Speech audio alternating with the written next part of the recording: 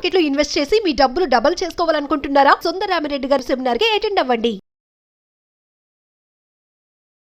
Hi viewers, India's largest digital media network Suman టీవీకి స్వాగతం. ప్రస్తుతం మనతో ఉన్నారండి motivational speaker and language trainer Vijaya Bangaru Amma.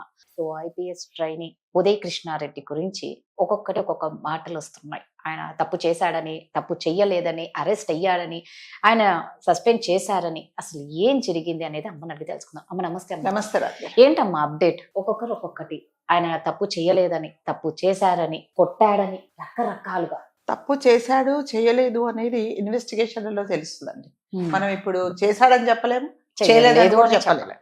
So ఎందుకంటే మన తప్పు జరిగిందా లేదా అనేది ఎప్పుడైనా ఏదైనా జరిగినప్పుడు వాళ్ళు ఎవరి మధ్యలో జరిగితే వాళ్ళిద్దరికే తెలుస్తుంది.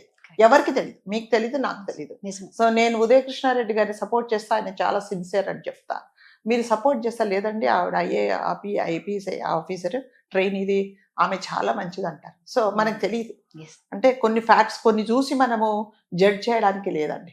ఇతని విషయంలో కూడా జరిగింది అదే. మనం ఇది వరకు వీడియోలో కూడా చెప్పుకున్నాం ఏం జరిగిందో. దీనంతటిలో రాధగారు నాకు అసలు బాధాకరమైన విషయం ఏంటంటే, అంత కష్టపడి కానిస్టేబుల్ స్థాయి నుంచి ఒక ఐపీఎస్ ఒక స్థాయికి వచ్చిన ఒక ఆఫీసర్ కొన్ని లాజిక్స్ మర్చిపోయి, కొన్ని అంటే అంటారు కదా తెలివి లేకుండా పనిచేశాడు, ఇతనికి బుర్ర పనిచేయలేదు అన్నట్టుగా కొన్ని విషయాలు.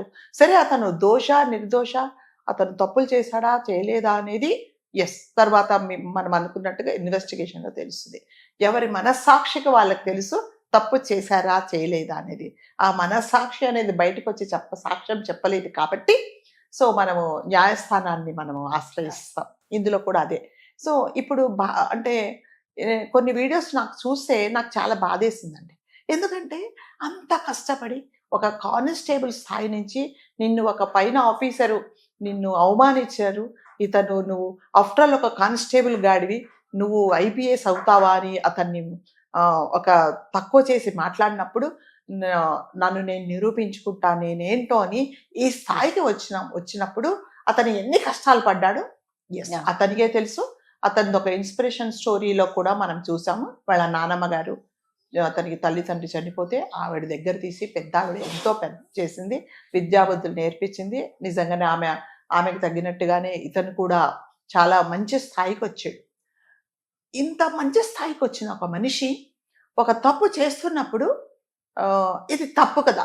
ఎప్పుడైనా రాదుగారు మనం ఎవరైనా, మీరైనా నేనైనా ఎవరైనా మనం ఆలోచించాల్సింది, మనం ఒక పని చేస్తున్నప్పుడు దీని కాన్సిక్వెన్సెస్ ఏంటి అనేది ప్రతి ఒక్కరూ ఆలోచించుకోవాలి. మీరు కానీ నేను కానీ ఎవరైనా సరే, నేను ఇది చేస్తున్నా, నాకు తెలిసి ఇది తప్ప కరెక్ట్ అనేది. నేను ఈ తప్పు చేస్తున్నప్పుడు రేపొద్దున అంటే ఏదైనా ఇప్పుడు నేను చేసేది తప్పే, ఇప్పుడు కాకుండా రేపో ఎల్లుండో ఎప్పుడోసారి బయటపడుతుంది. బయటపడినప్పుడు నా పరిస్థితి ఏంటి? నేను ఈ స్థాయి నుంచి ఏ స్థాయికి వచ్చాను? మరి నన్ను ప్రతి ఒక్కరూ ఈ ఐపీఎస్ ఆఫీసర్కు సెల్యూట్ కొట్టిన వాళ్ళు ఇవాళ అతన్ని ఇలా తోసేసి వాడు వీడు అనేసి చాలా అంటే అతను తప్పు చేశాడో తెలీదో, మళ్ళీ చెప్తున్నా, అది సెకండరీ అండి. అందరి ముందు ఒక దోషిగా నువ్వు తల వంచుకున్నావు అంటే అతని తప్పులు ఏమి లేవంటారా? కొన్ని తప్పులు చేశాడండి అతను. యాక్చువల్గా ఆమెతో మళ్ళీ చెప్తున్నా, మనం ఇది వరకు చెప్పిన వీడియోస్లో ఒక పెళ్ళి అయిన ఒక స్త్రీతో నువ్వు ఒక సంబంధం పెట్టుకోవడం అనేది చాలా తప్పు. అది ఎవ్వరు హర్షించారో అది తప్పని అతని ఆత్మసాక్షికి తెలుసు కూడా. అయినా కూడా చేశావు. సరే, ఇద్దరి మధ్యలో ఏం బెడ్స్ కొట్టిందో, పెళ్లి చేసుకోవాలనుకున్నారు, చేసుకోలేకపోయారు. ఆమెకు ఒక హస్బెండ్ ఉన్నాడు, ఒక ఫ్యామిలీ ఉన్నది. ఆమెతో మళ్ళీ ధైర్యంగా చెప్తున్నాడు, పెళ్ళైనా కూడా ఆమె అతనితో హ్యాపీగా లేదు, నాతోనే మేమిద్దరమే కలిసి ఉన్నామని అంత ధైర్యంగా చెప్పినప్పుడు రేపొద్దున సరే ఇవన్నీ వదిలేయండి, ఆమె నీ మీద పడిందా నువ్వు ఆమె మీద పడ్డావా అనేది వదిలేస్తే, రేపొద్దున హస్బెండ్కి తెలిస్తే ఏంటి అనేది నీకు తెలియాలి కదా. ఏంటి అసలు? ఒకవేళ మీ ఇద్దరికి అంత లవ్ అండ్ అఫెక్షన్ ఉంటే ఫస్ట్ వచ్చిన మధ్యలో అతను వచ్చిన వ్యక్తిని అతనితో సెటిల్ చేసుకొని లీగల్గా అప్పుడు మీరు ప్రొసీడ్ అవ్వాల్సింది. దానికి ఎవరేమన్నారు? సో అది చేయకపోగా ఇప్పుడు ఏంటంటే ఆమె సరే అంటే జనరల్గా రాజుగారు చట్టాలు ఎలా ఉన్నాయంటే ఆడవాళ్లకు చాలా ఫేవర్గా ఉన్నాయి. ఏ చట్టాలైనా కూడా మీరు తప్పు చేశారా చేయలేదా, నిజంగా ఒక మగ మనిషికి అన్యాయం జరిగిందా అనేది వేరే అంటే సెకండ్ ఆలోచిస్తారు. ఫస్ట్ నేను ఇదివరకు చెప్పినట్టుగా తీసుకెళ్ళి హస్బెండ్ వేసేసాయి, ఎవరో విసిగించాడు వేసేసాయి, తర్వాత కానీ ఇన్వెస్టిగేషన్ జరగదు. సో ఇప్పుడు ప్రతి ఒక్కరూ అంటే నిజానిజాలు తెలుసో తెలియకపోగా ఆమెని ఏమంటున్నారంటే, అయ్యో ఒక ఐపీఎస్ ఆఫీసర్ కూడా ఈ హరాస్మెంట్ తప్పలేదా అని అంటున్నారు. సరే వాంటెడ్గా చేసిందా ఏమో అనేది అది సెకండరీ.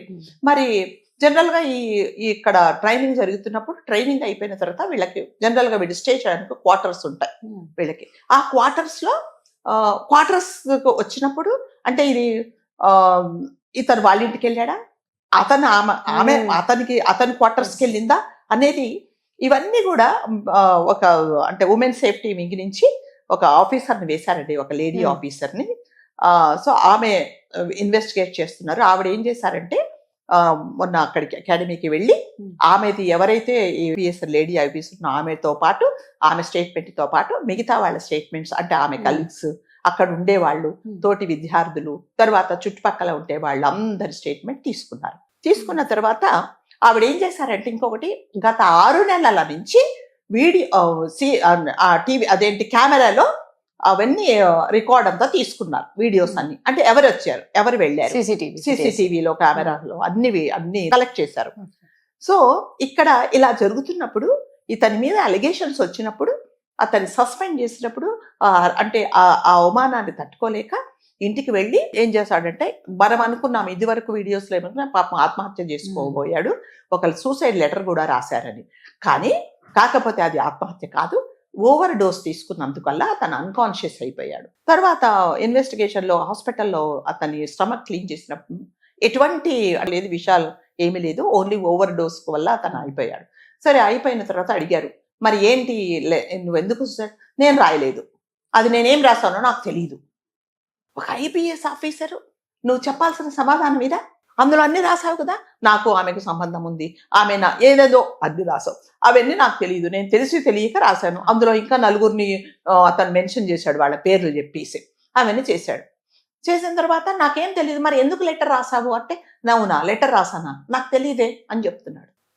అంటే ఒక బాధ్యత గల, ఇప్పుడు మనందరి డౌట్ ఏంటంటే, ఇలాంటి బాధ్యత లేని ఒక అతను ఐపీఎస్ అయితే అతను ప్రజలను ఏం ఉద్ధరిస్తాడు, అతని డ్యూటీ సక్రమంగా చేయగలడా అనేది ప్రతి ఒక్కరికి డౌట్. సరే అయిపోయిన తర్వాత అతను ఈజ్ అవుట్ ఆఫ్ డేంజర్.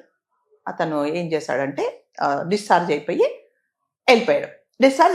అయిపోయిన తర్వాత నీకు తెలుసు నీ మీద ఒక అలిగేషన్స్ వచ్చాయి, ఒక కేసు జరుగుతున్నప్పుడు తప్పకుండా పోలీస్ ఇన్వెస్టిగేషన్, ఎందుకంటే యాజ్ ఎ పోలీస్ ఆఫీసర్గా నీకు తెలియాలి, మీకు నాకు సామాన్యులకు మనకు తెలీదు కేసు ఎలా ఉంటుంది. ఒకరి మీద ఒక అలిగేషన్స్ వచ్చినప్పుడు తప్పకుండా ఎంక్వైరీ అనేది ఉంటుంది, నన్ను ప్రతి ఒక్కరు ప్రశ్నిస్తారు, నా స్టేట్మెంట్ కూడా రికార్డ్ చేసుకుంటారు అనేది తెలియాలి. తనకు తెలిసినా కూడా మనం తెలియదని చెప్పొద్దు. ఒకవేళ నన్ను అడిగితే మిమ్మల్ని అడిగితే లేదండి నాకు తెలియదండి, ఇలా ఉంటుందా అని మనం చెప్పొచ్చు, మనకు తెలియదు. నువ్వు అట్లాంటి కేసెస్ ఎన్నో డీల్ చేసి ఉంటావు, నీ ట్రైనింగ్లో ఇవన్నీ నీకు తెలిసి ఉంటుంది, ఒక పోలీస్ ఆఫీసర్గా ఇవన్నీ తెలుసు. అది తెలిసినా కూడా అతను ఏం చేశాడంటే ఫోన్ స్విచ్ ఆఫ్ చేసేసుకొని వెళ్ళిపోయాడు. అయితే ఇక్కడ స్టేట్మెంట్ ఇప్పుడు ఈ మీదంతా రికార్డ్ చేశారు కదండి, ఇతని దగ్గర కూడా రికార్డ్ చేయాలనుకున్నప్పుడు ఫోన్ స్విచ్ ఆఫ్, అతను ఇచ్చిన 2 అడ్రసెస్ కూడా లాక్ ఉన్నది ఇల్లు. మరి అందుకని ఏం చేస్తున్నారంటే పారిపోయాడు, తప్పించుకొని తిరుగుతున్నాడు. యాక్చువల్గా ఇలాంటి మాటలు ఒక దొంగను, ఒక తర్వాత ఎవరైనా ఒక నేరస్తుడు తప్పించుకొని తిరుగుతున్నాడు, పారిపోయాడు, పోలీసులు గాలిస్తున్నారు అలాంటివన్నీ వర్డ్స్ వాడతారు. ఇతని విషయంలో వాడారు అంటే మరి కనిపించట్లేదు, ఎక్కడికి వెళ్ళాడో తెలీదు. మొన్న అతను వచ్చి ఏం చెప్తాడంటే, మా నానమ్మ గారికి ఒంట్లో బాగలేదు, అందుకని నేను వెళ్ళిపోయాను, నన్ను పారిపోయారని తర్వాత తప్పించుకొని తిరుగుతున్నారంటున్నారు, ఇవన్నీ కాదు అంటున్నాడు. ఒక పోలీస్ ఆఫీసర్గా నువ్వు వెళ్తున్నప్పుడు నువ్వు ఇన్ఫార్మ్ చేయాలి కదా నీ ఆఫీషియల్స్. మా నానమ్మ గారికి ఒంట్లో బాగాలేదు, కొంచెం ఆవిడ ఇవన్నీ విని తెలిసినందువల్ల చాలా డిస్టర్బ్ అయిపోయారు, నేను ఊరు వెళ్తున్నాను, ఇదిగో నా ఫోన్ నంబరు, నా అడ్రస్ అన్ని నువ్వు చెప్పింటే నీకు అసలు ఇలాంటి కమెంట్సే రావు. తప్పించుకున్నాడు, పారిపోయాడు, దొరకటం లేదు, పోలీసులు ఎన్నో టీమ్స్ గా ఉండి గాలిస్తున్నారు, ఇవన్నీ ఎందుకంటే because of your action only కదా. సో ఇప్పుడు వచ్చేసి అతను ఒక స్టేట్మెంట్ ఇచ్చాడు, లేదు నేను నిరూపించుకుంటాను, నేను వాళ్ళకు లొంగిపోతాను, పోలీసులకు వాళ్ళకు సహకరిస్తాను అని చెప్పాడు. అసలు నువ్వు అక్కడికి వెళ్ళినప్పుడే కదా వెళ్ళినప్పుడే ఇన్ఫార్మ్ చేయాలి, నేను వెళ్తున్నాను అన్నప్పుడు అసలు నీకు ఇట్లాంటివన్నీ ఎవరు మాట్లాడరు.